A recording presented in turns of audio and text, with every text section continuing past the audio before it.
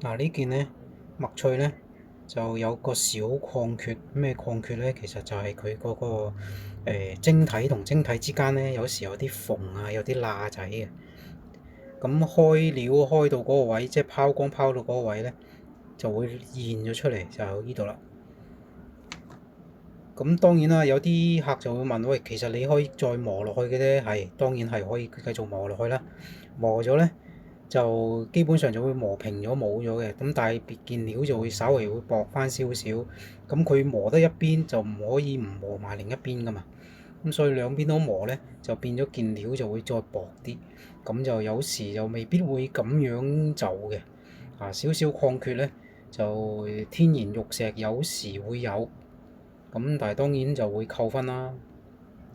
咁而呢笪白色嘅呢，呢個白色嘅呢，就係佢玉石玉入邊啲晶體嘅顏色嚟嘅。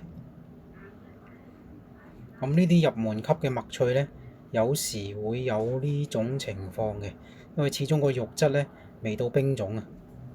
咁晶體會稍微粗微粒啲，粗粒啲。咁當然，如果上到冰種啊或者以上呢，呢啲情況就會少見好多啦。咁當然個價格亦都反映咗呢一樣嘢啦。咁個黑度啊夠黑嘅，烏黑發亮，打燈就唔透嘅。入門級嘅麥翠呢，最主要夠黑、夠柔潤就 OK 嘅啦。同埋佢件料本身都夠厚，做平安扣呢，其實係幾唔錯嘅。